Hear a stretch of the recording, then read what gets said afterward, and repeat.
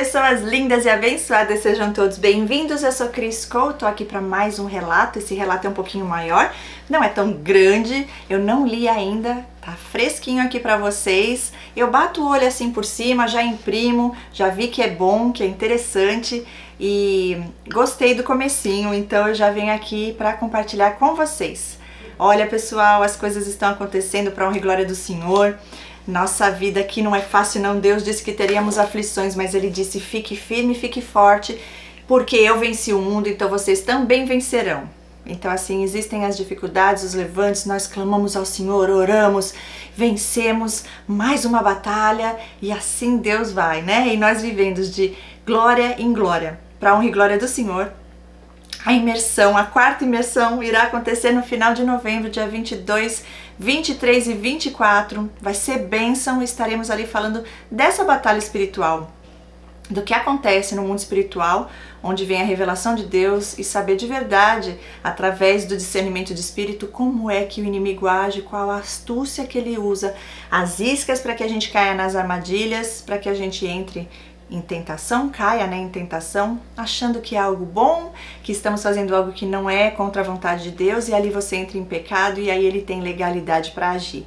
E o principal, termos prudência como as serpentes, para que a gente se posicione, saiba renunciar, porque Deus diz que para cada tentação Ele nos dá poder para vencer, para renunciar cada uma dessas tentações.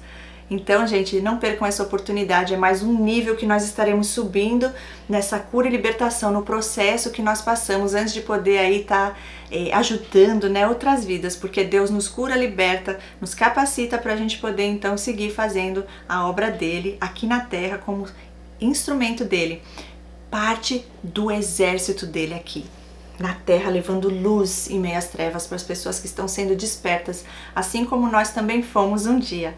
Glória a Deus por isso, porque Ele teve misericórdia de nós e Ele tem propósito também, por isso nos revelou. Então vamos direto ao relato aqui. Olha, eu estou muito feliz e grata a Deus por todos vocês, todas vocês que estão enviando o relato, porque tem transformado vidas, tem trazido confirmação, revelação de Deus, libertando. E isso é lindo e poderoso. Por isso o inimigo fica feroz. Porque ele não quer que seja desfeito aquilo que ele tenta fazer, para que as pessoas caiam, né, no jogo deles. Aí Deus traz o conhecimento, Ele traz a revelação e nós somos libertos e ainda ajudamos outras vidas. Isso é lindo! Deus purinho! É isso aí, Deus usa aqueles que se prontificam. Ó, Senhor, eis-me aqui, usa a minha vida. Eu sei que não é fácil, mas o Senhor está no controle, então não há o que temer. Ok? Vamos lá então, gente, a esse relato, pegar meu óculos aqui. Ela começa dizendo assim: olá, Cris, tudo bem? Graça e paz. Ela falou: a graça e a paz de Cristo para você e toda a sua família. Amém, linda? E ela diz: me chame de sol, porque minha luz é intensamente forte. Olha, sou uma pessoa altamente sensível e super empata. A minha história é sobre como o diabo tentou destruir a minha vida várias vezes, usando pessoas, e como dei a volta por cima, graças a Jesus, Filho unigênito de Deus. Estou finalmente te escrevendo depois de muito tempo querendo te contar meu relato, só que o meu testemunho ainda não estava completo. Na verdade, ele consiste em várias experiências. Vou tentar relatar as principais para você. Hoje tenho muito discernimento intelectual e espiritual, e ela põe entre parênteses, sem querer me gabar, apenas para que você me conheça melhor. Sim, gostei. Talvez, se você quiser contar a minha história, terá de dividi-la em partes. Tudo daria vários capítulos de um livro e vou tentar resumir ao máximo. Vai ser num vídeo só mesmo e tá tudo certo. Ela fala: fique até o final que você não vai se arrepender. Olha, gostei de ver, hein? Para vocês aí. Tenho sofrido com relacionamentos narcisistas há quase 15 anos, mas com todo o conhecimento adquirido em canais como o seu e após ter encontrado com a graça de Cristo, estou liberta desses relacionamentos e agora estou lutando para superar os traumas. Creio que estou no caminho certo. Yes! Com certeza esse é o caminho. E olha, você falando aqui de relacionamentos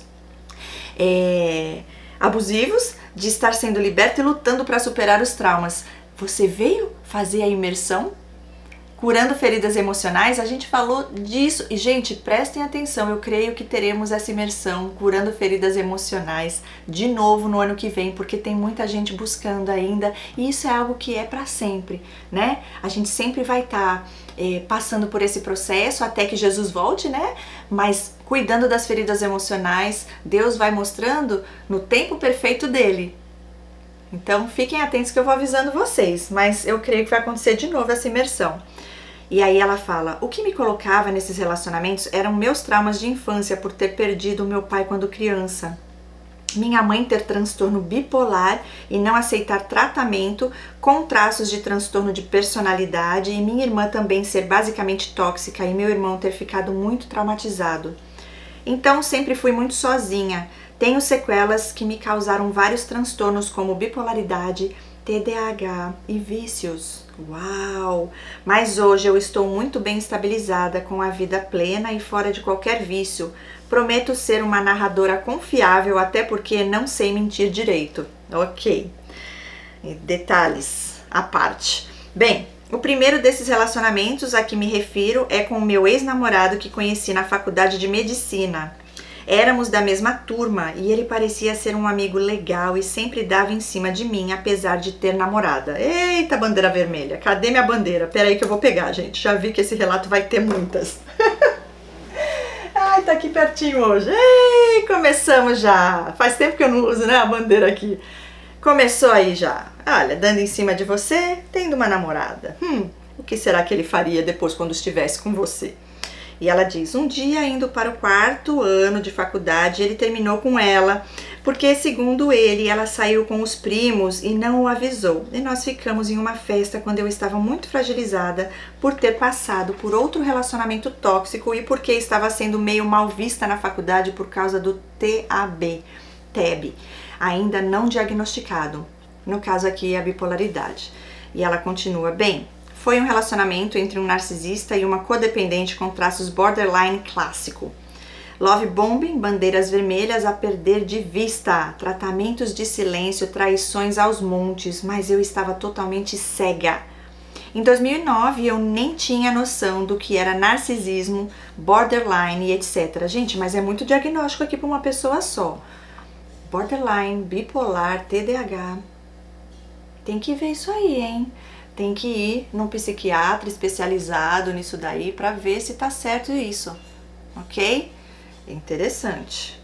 Ok, ela continua. Me afastei de todos os meus amigos da época, ele me colocava contra todos que podia. Era violento psicologicamente e uma vez me bateu.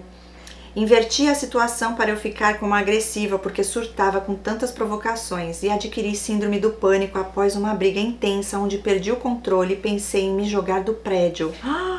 E ela diz, acho que foi um espírito que me atormentou com essa doença. Era muito difícil para mim tudo aquilo e então a síndrome do pânico me pegou de jeito. Era horrível demais, estava claro que eu não estava bem, mas as pessoas não queriam ou não sabiam como me ajudar. Eu pedi a Deus várias vezes para me ajudar e na época eu não era religiosa, apenas de ter o lado espiritual latente. Quando terminamos a faculdade juntos, ele estragou minha formatura de medicina, que tinha tudo para ser maravilhosa. Brigou comigo lá e ficou com outra menina. E ela põe entre parênteses, na época eu não soube disso. Eu bebi até cair no chão para esquecer. E no dia seguinte não me levantei da cama de tristeza e ressaca, enquanto os meus parentes que haviam vindo de outro estado iam embora sem se despedir de mim.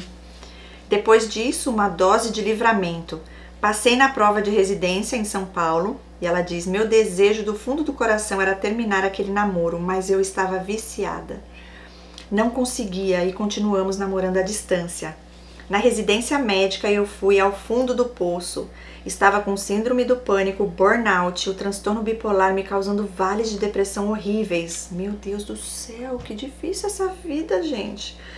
Sofria discriminação de colegas e ela põe aqui um exemplo. Tinha uma colega que me perseguia e colocava todo mundo contra mim. E ela diz, aliás, sempre sofri perseguições e discriminação, tanto por causa da minha luz quanto por ser neurodivergente. E ela diz, as pessoas simplesmente não me compreendiam e eu não compreendia o porquê de tanto ódio, pois sou uma boa pessoa. Aconteceu que eu cheguei ao meu limite e quis desistir de tudo.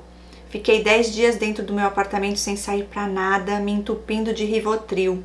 E minha mãe dizendo para eu voltar para casa, e o meu ex também me apoiou. E ela coloca entre parênteses, ele não era 100% ruim, mas me disse para eu não desistir da residência. Eu já tinha passado por alguns psiquiatras e nenhum me ajudou, pois eles prescreviam antidepressivos, que é um veneno para quem é bipolar. Exato, gente, tem uma aula. Na verdade eu falo sobre isso várias vezes, mas tem uma aula que a gente fala só sobre bipolaridade e existe esse tipo de problema se não é um bom profissional, se não consegue identificar que é uma bipolaridade, antidepressivo agrava ainda mais a condição do paciente. E aí ela fala, e eu só piorava. E ela diz, então eu pensei, estou em São Paulo, não é possível que eu não encontre um médico bom aqui. Agora, uma coisa que eu acho interessante é assim, porque uma das coisas que a gente vê de diferença entre bipolaridade e o borderline é que a bipolaridade, a pessoa, ela oscila entre a depressão e a mania, né? Aquela coisa da energia, que, enfim, tem várias coisas que a gente aprofunda no curso, como eu falei, só que é um período longo, normalmente é um período mais longo, dura pelo menos algumas semanas, às vezes meses. Agora, o borderline é diferente, a pessoa oscila de humor durante o dia, várias vezes. De manhã tá bem, à tarde já tá depressiva, à noite tá feliz da vida e, enfim, oscila várias vezes num dia só. Então, como tratar? Por isso que eu falo, aqui tá estranho, talvez você não tenha esses dois diagnósticos, talvez seja só um deles, e aí tem que ver a medicação, né, a medicação correta.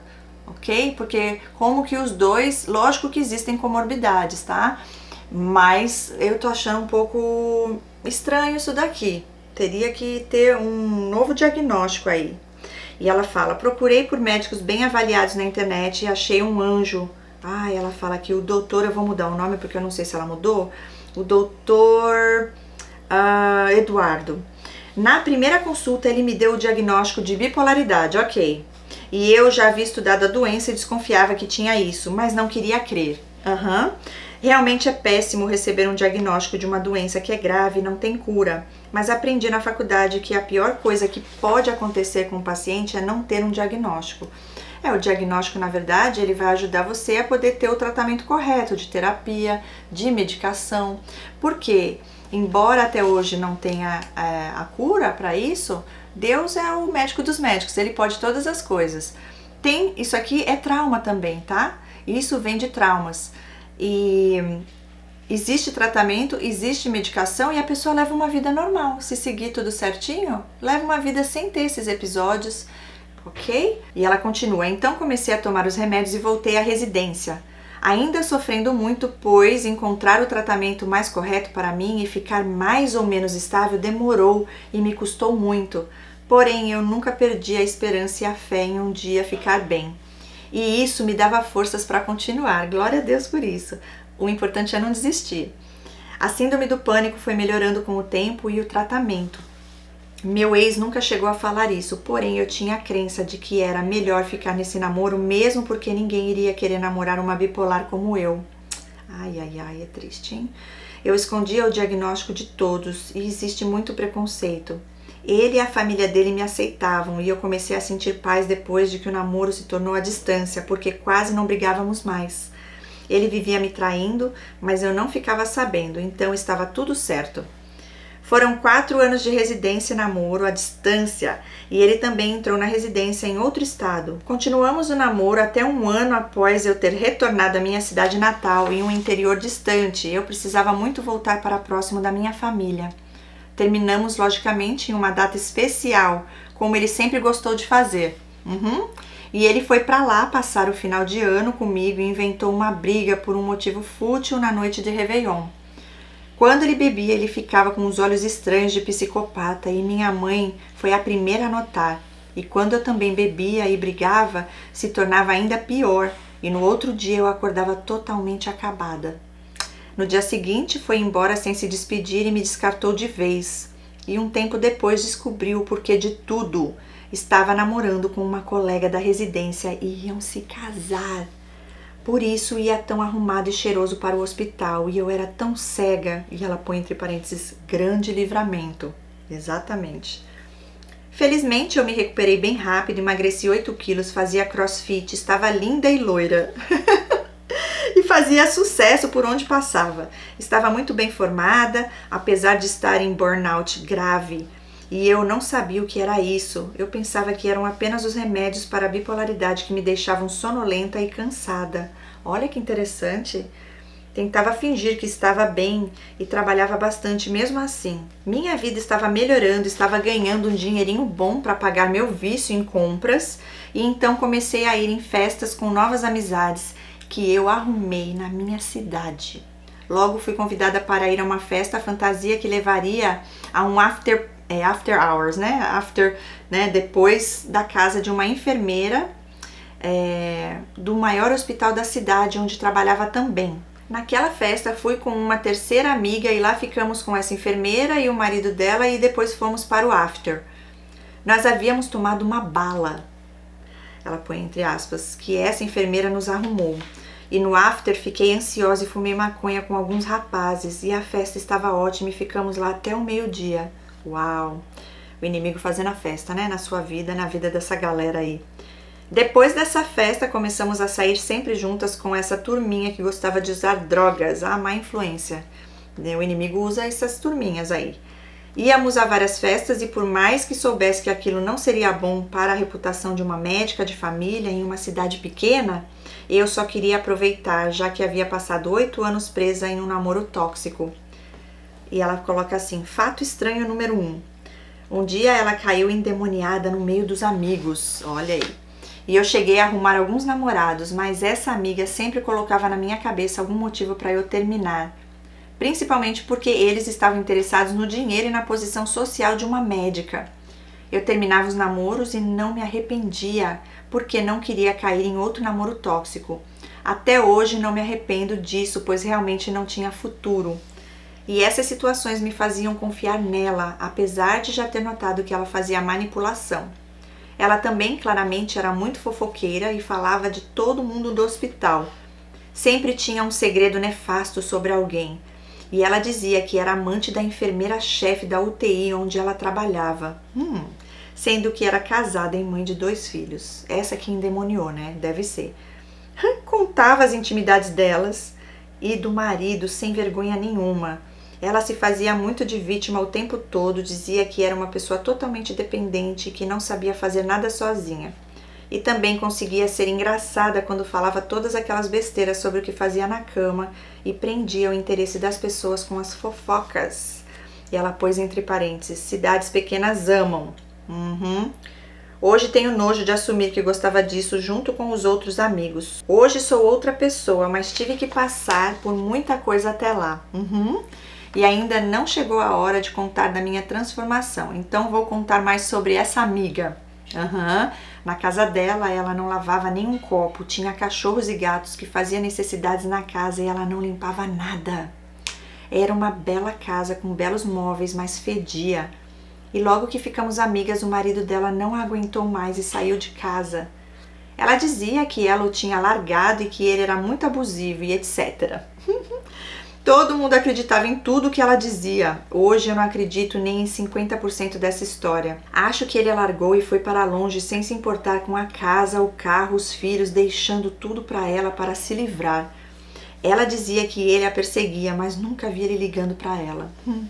Eles precisam acreditar que eles são os melhores e que o problema não está neles, né?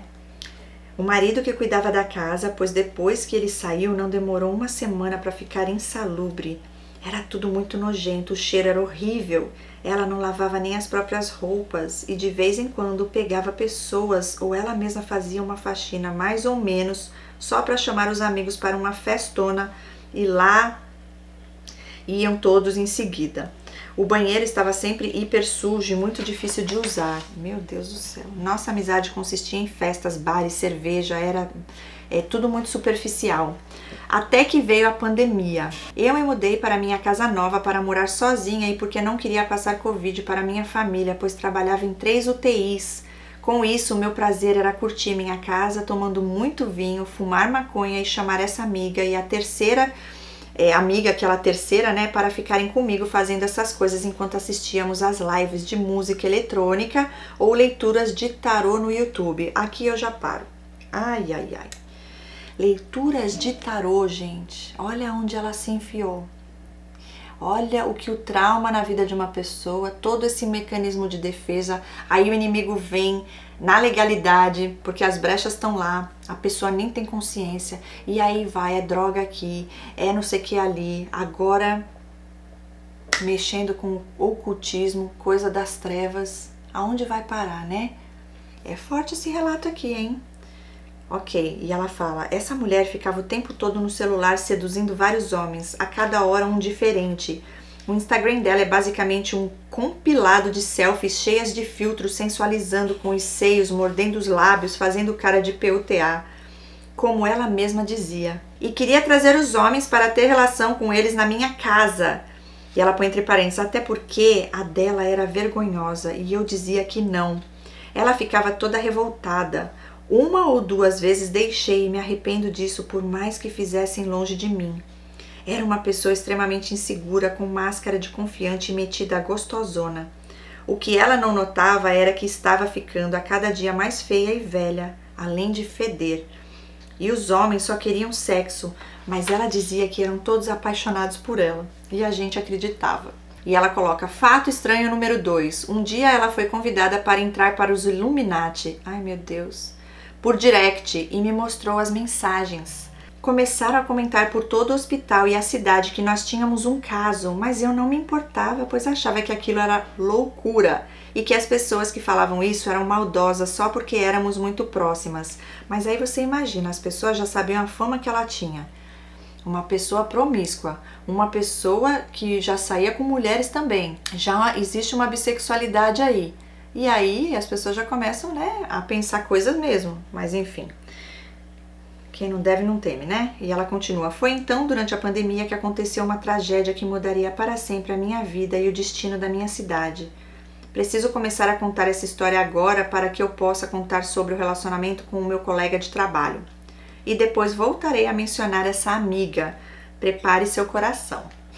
Eu estava trabalhando excessivamente, ganhando bem e já trabalhava em 2 UTIs. Era essa a minha especialidade. Apesar de ter esses problemas de saúde no privado, sempre fui uma ótima profissional e muito inteligente. Quando a pandemia começou, os plantões triplicaram e os pacientes aumentaram exponencialmente. E foi aquele caos, uma doença desconhecida e mortal. O primeiro paciente da cidade foi um caminhoneiro e não souberam isolá-lo corretamente. Vários médicos e enfermeiros adoeceram em seguida. Alguns ficaram internados, alguns quase morreram e alguns ficaram bem, como eu. Apesar de ser relativamente novo e sem comorbidades, eu tinha muito medo de que meu chefe pegasse essa doença. Ele era um médico excelente, uma boa pessoa, pai de família, como um pai para toda a equipe. E eu era querida por ele, e ele dizia que eu era uma excelente médica para os outros, nunca para mim. E ela diz, ok, eu gostava muito dele, pois era correto, era humano. Então, o que eu temia aconteceu, ele pegou o Covid. E ela diz, fazendo heroísmo para salvar paciente, tirou a máscara dentro da UTI Covid e não demorou para que fosse internado no hospital particular da cidade, na UTI que ele havia acabado de inaugurar com tanto orgulho. Chamarei ele de Dr. H, H de humano. Ele tinha total confiança na equipe dele e que ele mesmo havia treinado. Era o responsável pelas 3 UTIs, porque até um mês antes de internar, ele era o único intensivista da cidade. E tinha prestígio, poder, ganhava muito dinheiro com tudo aquilo merecidamente, pois ele fez com que os serviços de UTI da cidade funcionassem bem com o trabalho árduo dele. Continuando, ele era o único intensivista da cidade até a nova UTI abrir e logo antes da pandemia havia chegado um médico na cidade. Esse cara já era conhecido, filho de outro médico antigo e já havia trabalhado na cidade com o Dr. H. E foi o próprio que o ajudou a tirar título de intensivista também. Logo depois, o Dr. H ter sido internado, foi sedado e entubado na UTI e esse novo médico, que chamarei de Dr. P de quê? Assumiu as responsabilidades do Dr. H no hospital particular por conta própria. Teve uma vez que eu fiz o plantão noturno e logo pela manhã, antes de ir para casa, o Dr. P me chamou para conversar em uma sala reservada. Ele me perguntou se eu conseguiria trabalhar na UTI com o Dr. H internado, pois sabia que eu gostava muito dele. Sem hesitar, disse que sim. E ele então disse que decidiram me afastar dos plantões por um tempo. Perguntei o porquê, ele não respondeu bem. Disse que era porque eu demorava em responder quando eu era chamada. E isso não era grave, nunca aconteceu nada pior. E eu não entendi nada porque havia acabado de acordar e foi um péssimo horário.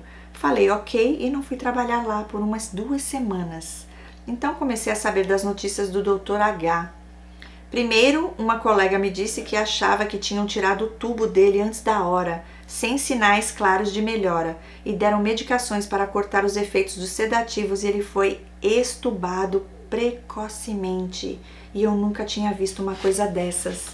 Fiquei cerca de 2 semanas sem ir lá e a notícia de que tinham tirado o tubo antes da hora não tinha caído bem por fora da UTI. 3 médicos estavam tomando condutas arbitrárias e com relação ao tratamento do Dr. H, e eram o Dr. P, Dr. S e Dr. N. Nenhum dos 3 era um flor que se cheirasse. Como estava me comportando bem, fazendo meu trabalho calada, porque estava sem entender nada, o Dr. P me chamou de volta para os plantões. Vi o Dr. H pela última vez acordado, estava com saudades dele, conversamos, li notícias aleatórias para ele no leito e ele estava cansado e ofegante, ainda respirando com catéter de oxigênio. Deixei-o fazer o CPAP, fisioterapia respiratória, e dormir em paz. Depois de 2 dias entubaram o Dr. H novamente e daí então foi só ladeira abaixo. Existe um procedimento extremamente arriscado e pesado chamado recrutamento alveolar e trata-se de um protocolo feito na máquina do respirador onde programa-se para expandir o pulmão ao máximo. Como pode provocar sérias lesões, pode-se fazer 1, 2 vezes ao máximo. E eles faziam isso com o Dr. H umas 3 vezes por semana. E com isso o Dr. H sofreu um barotrauma extenso. Estourou o pulmão e o mediastino. A mulher dele estava desesperada querendo tirar ele de lá e mandar para um grande centro, e eles não deixaram. Comecei a ficar muito tensa com tudo isso, o Dr. H não podia morrer. A princípio suspeitei mais do Dr. N, que era um narcisista mais fácil de identificar. O primeiro que chegou cantando de galo e maltratando a equipe do outro hospital que tinha UTIs. Então, finalmente conseguiram uma equipe para transferir do Dr. H para São Paulo. Antes de entrar no avião, ele teria que ser submetido a ICMO, um tratamento semelhante à hemodiálise, mas que serve para oxigenar o sangue durante o voo. Para isso, tinham que passar um catéter de grosso calibre na veia jugular dele. O procedimento deu muito errado e rasgaram a veia. Uau! A veia cava do Dr. H e ele morreu por hemorragia muito extensa. Ai, gente. Disseram que tinha sangue para todo lado, aí a equipe gritava, abriram o peito dele para massagear o coração e nada adiantou. Haviam muitos funcionários da saúde do lado de fora esperando a saída dele da UTI, que nunca aconteceu, e isso tudo às 3 da manhã. Interessante que ela falando aqui parece coisa de filme, de livro que a gente lê, né? Eu estava em casa, não conseguia dormir e um colega mandou mensagem no grupo do WhatsApp dizendo: perdemos nosso amigo. Eu não podia acreditar. Não fui ao enterro, pois estava esgotada depois de um plantão daqueles. E disseram que o Sr. S. carregou o caixão. Fui à missa de 7º dia, chorei muito, muito mesmo. No portão de saída encontrei o Dr. P. com o nariz lá em cima, como se estivesse esperando cumprimentos. E eu estava tão abalada que não consegui dizer nada, só achei aquilo estranho. Os outros 2 médicos não estavam lá, e as coisas começaram a mudar. O Dr. P e o Dr. S formaram uma aliança no comando da UTI particular e o Dr. N já não tinha uma reputação muito boa e com esses fatos se mudou de cidade. O Dr. P se tornou o único intensivista da cidade e começou a comandar as 3 UTIs e receber os altos salários que o Dr. H tanto lutou para conseguir na carreira. Eu, sem entender nada, só achando tudo aquilo estranho, ainda sem ter tudo claro na minha mente, eu dava plantões em excesso e só vivia para trabalhar e descansar para o próximo plantão. Quando tinha uma folga maior, bebia na minha casa com essas amigas e nunca fui ao trabalho alcoolizada. Após vários meses, começaram os episódios de assédio moral do Dr. P. E como já estava estudando o transtorno de narcisismo, comecei a notar gaslighting, como ele se sentia grandioso e como ele tentava atingir minha autoestima com comentários sutis. Tudo nele era muito sutil. Ele era tão diferente do Dr. H que apoiava profissionalmente e psicologicamente toda a equipe, um verdadeiro líder. Dr. P não estava nem aí para ninguém, nem para os pacientes. Nunca mais ouvi mencionando o nome do Dr. H. Só fiquei sabendo de uma vez em que a equipe estava falando do Dr. H, era um bom homem, e o Dr. P deu um surto. Batia nas coisas, fazia barulho e gritava: "O H morreu!" Olha isso, gente. E ela coloca outro fato estranho. Nessa época, a leucemia do filho dele recidivou e foram quase 2 anos de tratamento até a criança morrer. A fisionomia do Dr. P não mudou, só gostava de ficar exibindo fotos com a família como se fosse um grande pai e esposo, apesar de haver histórico de traição. Finalmente eu cheguei ao meu limite mais uma vez com aqueles abusos sutis e finalmente percebi que ele era um grande babaca e um possível narcisista. Exausta pensei, vou cumprir a escala desse mês e não dou mais nenhum plantão aqui. Depois disso, ouvi comentários entre os médicos de que realmente o Dr. P junto com o Dr. S fizeram de tudo para que o Dr. H morresse, mas ninguém conseguia provar nada. Gente, parece coisa de filme mesmo.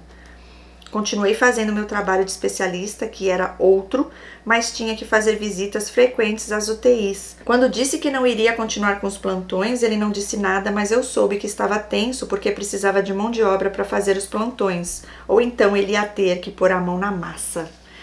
Só que não faltam médicos que aceitem plantões além do aceitável por dinheiro. Quando passei a trabalhar pouco, percebi que estava em burnout há muito tempo e como estava perdendo minha vida e minha saúde por causa do trabalho. O meu brilho foi voltando, comecei a reorganizar minha vida, não me programei financeiramente, mas não me arrependo de ter saído. Eu era o sapo na panela. Uau! E sempre eu chegava no hospital, as funcionárias me diziam que eu estava mais bonita e perguntavam se eu gostaria de voltar aos plantões, e eu dizia que provavelmente não. A essa altura, quase todos os médicos experientes e especialistas da equipe que o Dr. H tinha conseguido contratar haviam saído e a equipe estava com muitos recém-formados. A qualidade do serviço havia caído. Cerca de 6 meses depois eu comecei a passar por dificuldades financeiras porque meu salário caiu muito. E eu comecei a reforma da minha casa na época dos plantões e ainda fiquei 2 meses pagando depois que saí. Tinha muitos gastos, precisava receber um salário digno para o meu serviço como especialista, que era importante. Minha equipe e minha carga nesse trabalho aumentou bastante com a pandemia. Uma vez peguei a minha santinha e acendi uma vela de 7 dias orando para uma solução. Marquei uma reunião com o secretário de saúde para pedir um aumento.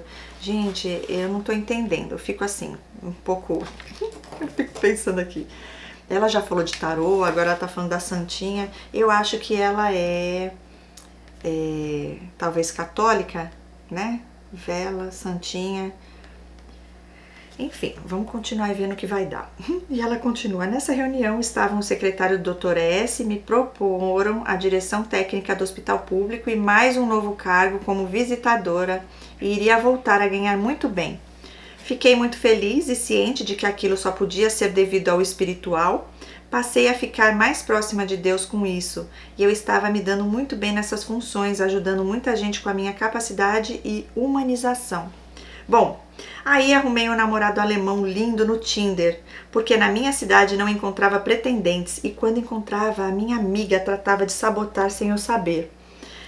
Esse cara veio ao Brasil e fez um love bombing daqueles. 3 meses depois fui à Alemanha visitá-lo, crente de que ele era o amor da minha vida. Ele se revelou um grande ser das trevas. Cheguei a ver demônios na casa dele e foram 3 semanas de muitos abusos que hoje não irei relatar aqui. Mas voltei para o Brasil acabada. Só sabia chorar e depois do trabalho ia para casa e não conseguia parar de beber, chorar e fumar. E cheguei ao fundo do poço mais uma vez. Uau! Desesperada, relatei isso à diretoria administrativa do hospital e os fatos sobrenaturais e etc. E ela se mostrou uma boa ouvinte e empática. E depois soube que ela me julgou como surtada. Foi um grande erro. Logo em seguida, foi a virada. O meu primo internou na UTI, o Dr. P e a equipe, que era formada por médicos novatos, ficaram responsáveis pelo tratamento dele. E ele começou a prejudicar o meu primo da mesma forma como fez com o Dr. H, de forma sutil. Só que me atingia muito, pois eu notava tudo e tive que ir 3 vezes de madrugada fazer heroísmo para salvar o meu primo. Gente, depois de tudo isso, você ainda continua nesse mesmo trabalho e ainda leva o teu primo para esse lugar com esse cara? Surreal! Na 4ª vez, eu irada com toda aquela situação e desestabilizada com a situação do alemão, liguei para ele brigando muito, ele parecia drogado sem se importar muito. E só depois que comecei a gritar com ele que ele começou a se alterar. Fato estranho.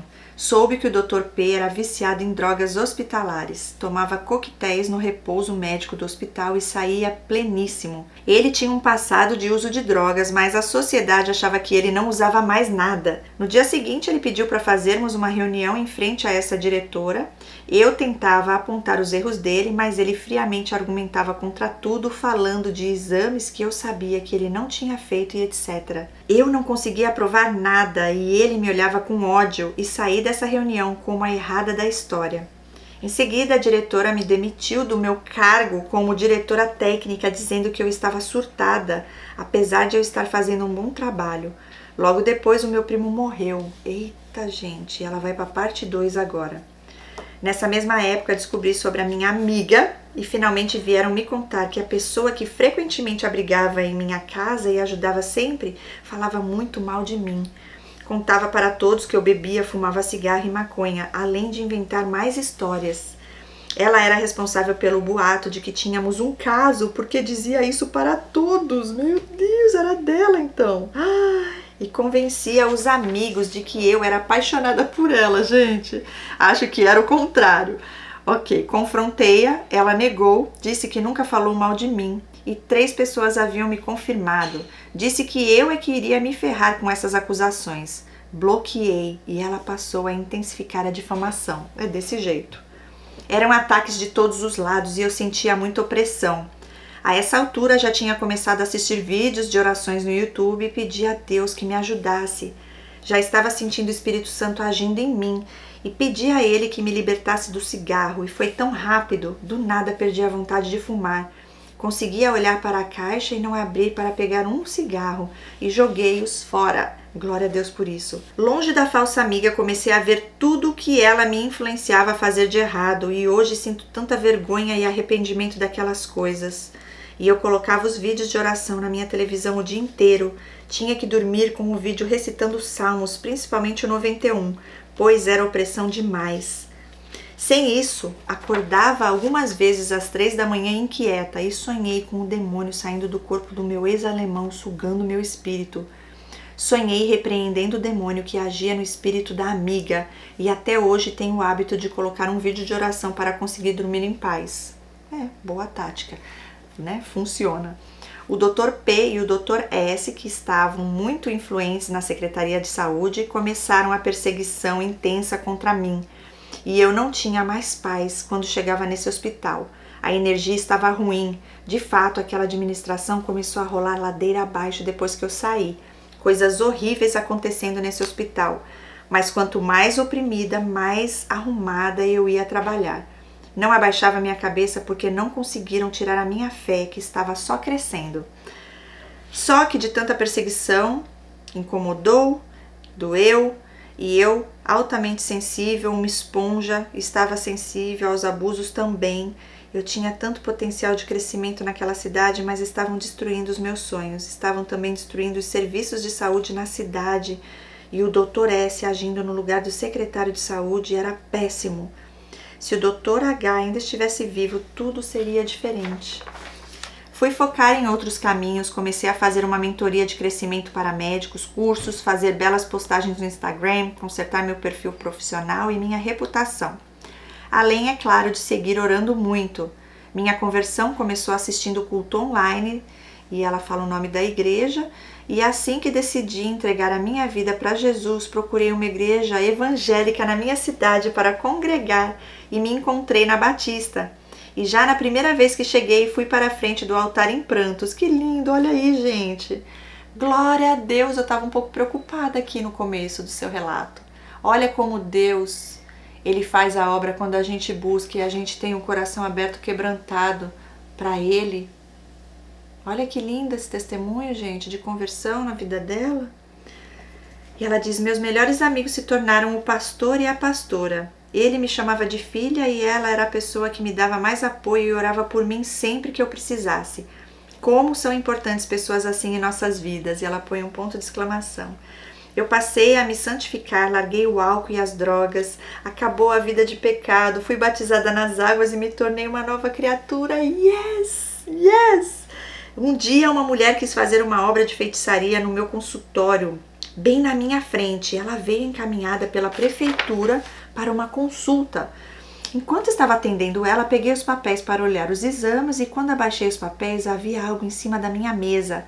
Pareciam pedaços de pele e perguntei a ela o que era aquilo e ela se fingiu de desentendida. E se não tinha sido eu e nem ela, então quem foi? Se só havíamos nós duas na sala. E ela põe 3 pontos de interrogação. Depois que ela saiu, repreendi e chamei o pastor para orar lá. Outro dia encontrei meu nome no Google Maps em uma encruzilhada no caminho para a cachoeira e não sei quem fez aquilo. Eita! Outros fatos estranhos ocorreram, como quando digitei a minha senha no computador da UTI e ela foi roubada. Felizmente, o sistema do computador me avisou imediatamente e já chegaram a apagar registros meus em prontuários de pacientes também. Nada disso estava me atingindo mais. Fui em um retiro de carnaval e lá apareceu um pastor e me deu uma profecia de muito sucesso e disse que a cidade ficaria pequena para mim. Chorei e levei essa promessa no coração. Deus começou a abençoar demais a minha vida e comecei a viver o sobrenatural e ganhar muitos presentes dele. O inimigo estava furioso. No meio disso tudo, para me sentir melhor, comecei a marcar viagens para congressos, cursos e também para Israel. Todas bênçãos. Israel foi totalmente sobrenatural. Tive uma pequena visão de toda a glória de Deus que também havia sido prometida pelo pastor. Recebi um bom incentivo da cooperativa para fazer um curso, então decidi ir para o hospital onde fiz minha residência, que era um dos melhores do Brasil, para uma atualização.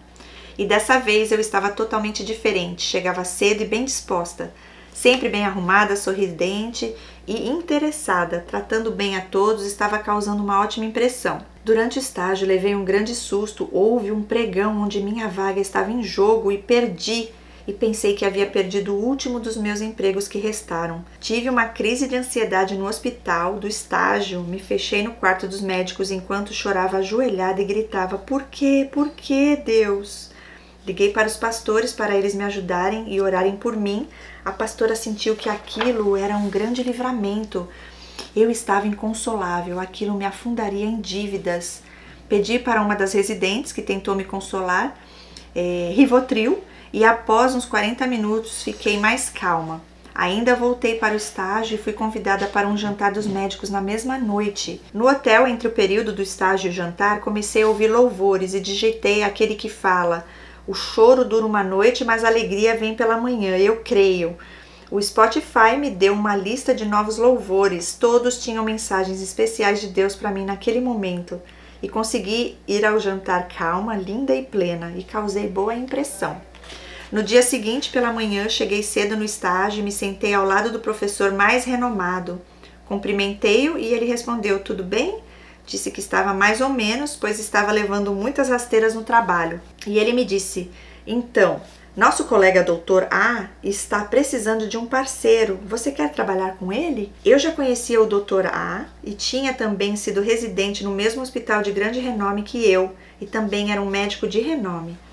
Fazia um trabalho diferenciado, humano e se arriscava em todas as terapias possíveis na nossa área, que não é simples. Geralmente na nossa área focamos em uma ou outra, mas o Dr. A é um tipo de gênio. E eu respondi: então, é claro. E na hora o nosso professor entrou em contato com o Dr. A e me recomendou, e o Dr. A respondeu na hora dizendo que me ligaria no período da tarde.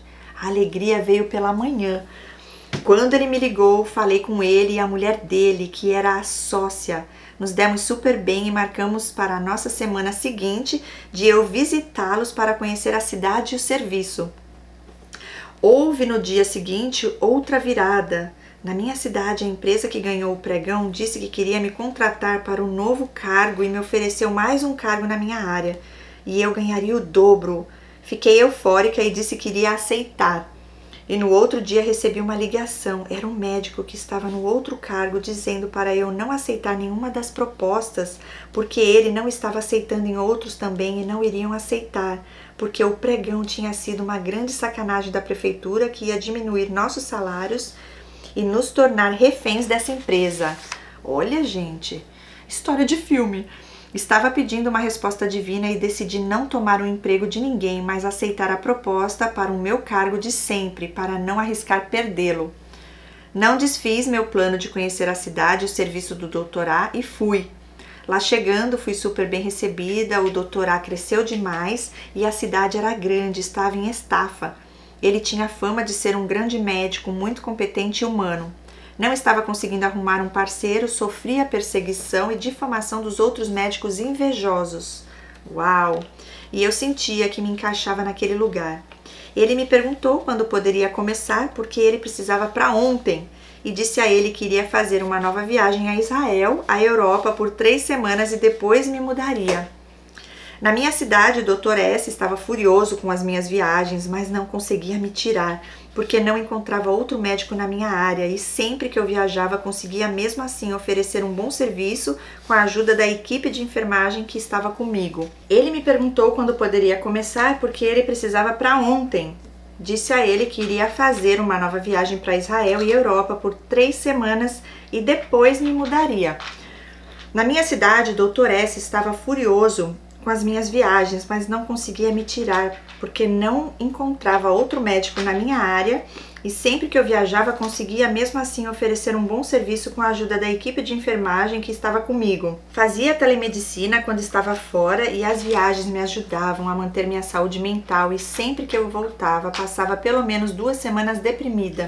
Fui para Israel e foi outra bênção. Deus estava do meu ladinho o tempo todo. Houveram milagres e encontros incríveis lá, mesmo eu indo sozinha. Definitivamente a melhor viagem da minha vida. Quando voltei, o meu novo emprego e a mudança ainda estavam em segredo e o inimigo estava muito furioso. Já de cara começaram as perseguições pesadas. Não aguentei e revelei que iria me mudar em 1 mês. Mas que se eles quisessem até conseguirem uma pessoa para o meu cargo, conseguiria fazer por telemedicina e visitar a cidade periodicamente. Era a justificativa que eles precisavam. Desde que tive uma briga pública com o Dr. P, ele com o Dr. S estavam tentando convencer outro médico para ocupar a minha vaga, mas não tinham conseguido encontrar a brecha para me demitir do meu cargo, porque a minha família tinha nome na cidade e eu tinha começado um novo serviço do zero. Com a empresa terceirizada de outra cidade comandando, me demitiram sem meu aviso prévio, mesmo eu tendo explicado que passaria o mês todo na cidade. Quando aceitei a proposta de emprego, avisei a eles da minha viagem e eles autorizaram. Passei 1 mês desempregada na minha cidade arrumando minha mudança, fiz um bazar para me livrar do excesso de coisas que tinha e deu super certo. Aquilo me deu um dinheirinho, mas nada perto do meu salário prévio. Recebi muitas visitas em casa de pessoas que vieram comprar, inclusive pessoas próximas do Dr. P e do Dr. S. Foi ruim ficar desempregada de uma forma totalmente inesperada, mas acho que foi um livramento, porque depois que saí da direção do hospital, o serviço foi a ladeira abaixo com a direção daquela mulher e finalmente o Dr. S conseguiu alcançar o cargo de diretor e estava cometendo assédios morais com todo mundo por abuso de poder. E como eu não tenho sangue de barata, aquela situação poderia dar muito ruim. 1 mês depois me mudei e comecei no novo emprego e consegui um emprego melhor, onde era benquista, estava em uma casa melhor e em uma cidade melhor.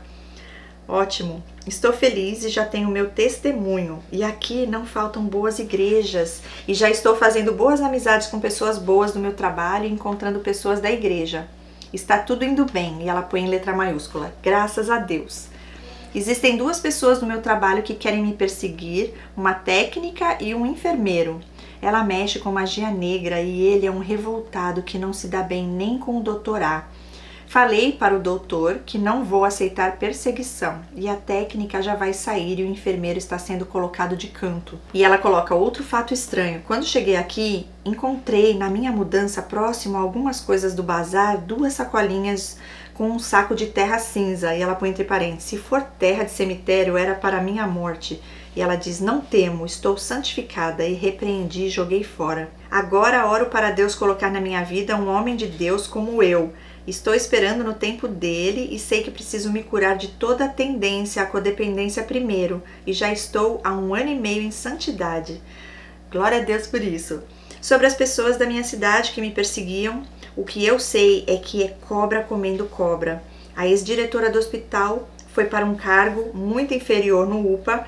O doutor psicopata e o doutor sociopata se estranham porque um quer ser mais poderoso que o outro, mas ainda são cúmplices e parceiros.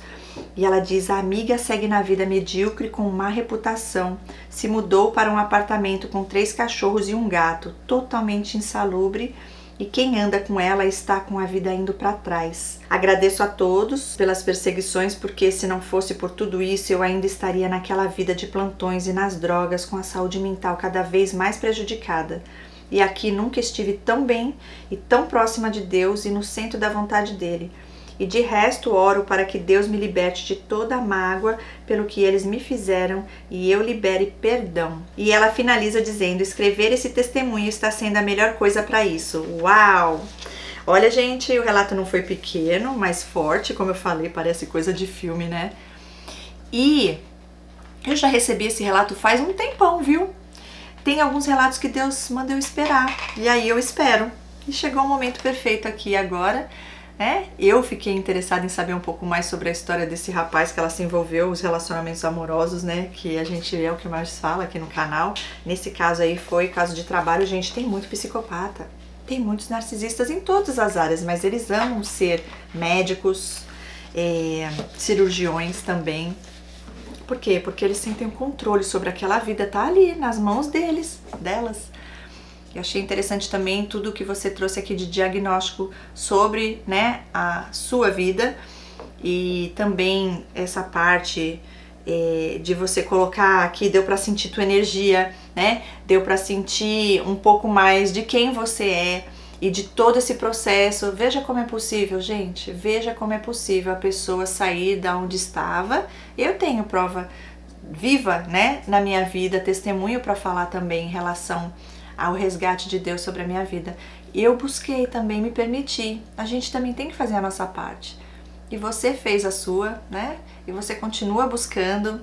E se Deus quiser, hoje, né? Eu não sei se você veio para imersão, mas se você veio, eu creio que isso aí já foi mais um passo enorme nesse processo de cura e libertação para sua vida. Porque, gente, os traumas, as feridas emocionais, elas não são brincadeira não. E o inimigo usa a vida dessas pessoas para causar isso e a gente ficar ali, parado, parada, sem conseguir se mover, né? Tirar o nosso foco e que a gente não viva e nem saiba qual é o propósito maior de Deus para nossas vidas. Graças a Deus a sua vida está se encaminhando, tudo está aí andando, melhorando para a honra e glória do Senhor. E tomara a Deus que você já tenha conseguido perdoar, como você falou aqui no finalzinho, né? Do resto, oro para que Deus me liberte de toda a mágoa. Olha só, isso é muito importante. Sim, mágoa e o perdão. Para que não vire amargura, para que não prejudique a tua vida, né? Por tudo aquilo que te fizeram. Olha, gente, eu tô aqui tendo confirmação de que provavelmente ano que vem a gente vai ter imersão curando feridas emocionais de novo. Foi lindo, foi poderoso. E com certeza a segunda edição vai ser ainda mais, eu creio. Linda, obrigada. Que Deus te abençoe. Que você continue aí sendo uma excelente médica. Que Deus continue te guardando, protegendo e livrando de todo mal. Obrigada pelo carinho, obrigada por todos os detalhes aqui compartilhados. E é isso, pessoal. Se vocês tiverem algo a comentar, deixa aqui abaixo para ela ou para qualquer outra pessoa que venha vir aqui para ver o relato, ler, né, os comentários também, compartilhe, deixa seu like e se inscreva aqui no canal se ainda não forem inscritos. É isso, gente. Até o próximo vídeo. Deus abençoe. Um beijo enorme no coração de todos vocês. Até lá. Tchau, tchau.